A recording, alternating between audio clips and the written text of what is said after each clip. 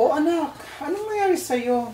Bakit ka malungkot? May problema ka ba? Oo tay, malungkot ako kasi sumahod na naman kami. Hindi ko pa nga naubos yung sahod ko nung makaraang buwan. Ngayon sumahod na naman kami ngayon. Kaya tingnan mo tayo, umaapaw na yung wallet ko. Hindi ko na maisasarado yung aking wallet sa dami na ng pera ko.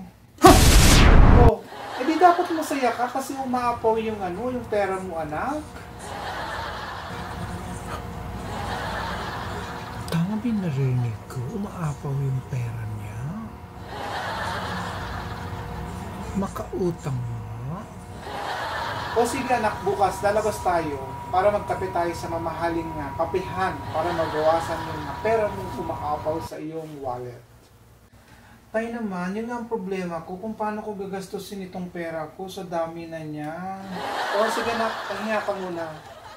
Siya nga pala, pahingi muna ako ng pera para mabawasan yung lungkot mo sa pagka-umaapaw ng pera mo. Sige po tayo, samahan mo ako bukas. Magkape tayo para mabawasan itong pera ko. Yes, sama ko bukas magkape. Sige tayo, bukas na lang patutulugin ko muna itong pera ko sa wallet ko ha. Bukas ka na lang ng pera sa akin.